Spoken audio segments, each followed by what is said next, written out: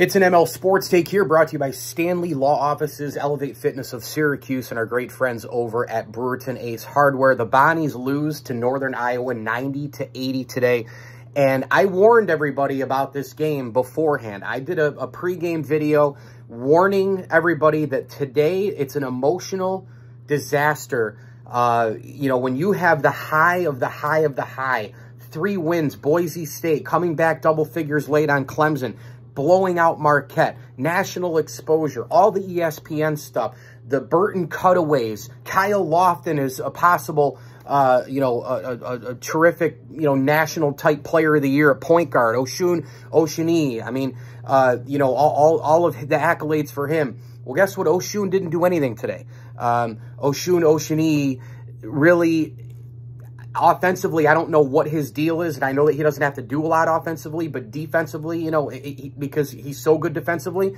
but he just was not into it. He wasn't boxing out. He wasn't moving well. He missed shots close in. He didn't really look right and look focused. I'm telling you, when you have a high like that in sports, like the Bonnies did against Charleston, in Charleston, today is an unbelievably difficult day. The crowd, it's going to be bad. Thanksgiving time, kids are away. The RC was awful today. The crowd, or the Olean crowd, they weren't in it in the beginning. And listen, I'm exhausted and sick and tired of slow starts. I'm sick and tired of this team needing a crowd to win. And I'm sick and tired of leaving open three-point shooters all the time. For being a great defensive team, St. Bonaventure leaves three-point shooters open all the time. They just get lucky because those teams miss so many three-point shots. Other times, yeah, they do guard the ball. Bonaventure, when they play lockdown D, yeah, it's a beautiful thing to watch. But if you leave this many three-pointers open and you start slow and you keep relying on a crowd, you're going to lose eventually in college basketball. Northern Iowa, a team that was 1-3, that had some awful losses going into this game. This is an inexcusable loss for St. Bonaventure. I understand the highs of Charleston, how difficult it is. I've talked about it all day, but you still cannot lose this game. This is a Buffalo Bills losing to the Jacksonville Jaguars type of a game, and I hate it as an alum and a fan when Bonnie loses games like this, because now the national exposure goes away. Oh, they're not that good. They're not this. They're not that. You're not allowed to lose one game if you're St. Bonaventure. You're not allowed to have one bad game if you're Bonaventure. You can have 11 of them if you're in a Power 5 and get into the NCAA tournament. But if you're Bonnies, you can't have one bad one. Now, must-wins across the board. I'm sorry, the rest of the non-conference, there are must-wins galore. They've got to win probably 1, maybe even 2 extra games, to make up for this. And by the way, the kid Green goes nuts today for Northern Iowa. I mean, are you kidding me right now? This guy goes 9 for 15. Now, Bonaventure did contest him a few times, but he still made him, and he had 35 points today.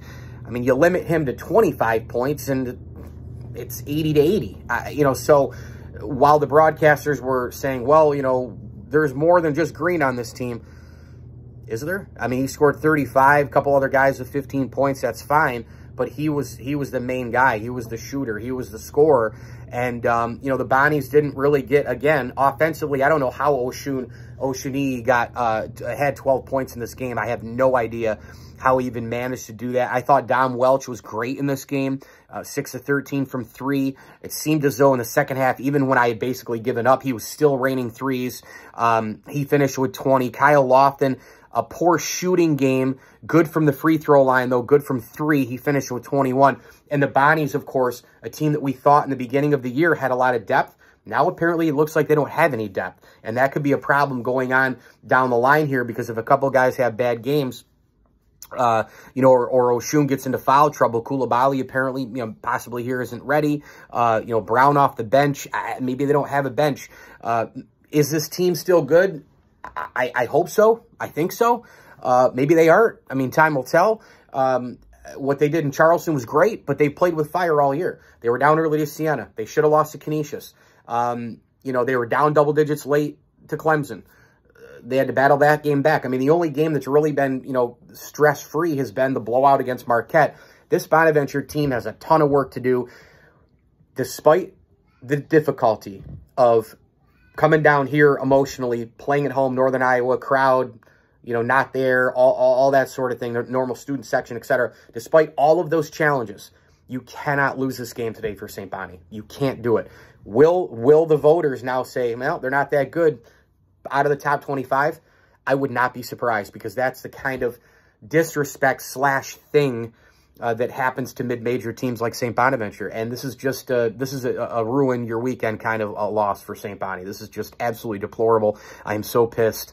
And look, still root for them, still love them, still hope they're going to, do great things.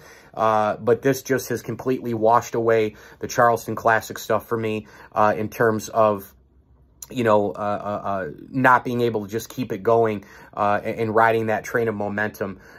Totally disappointed in this team today.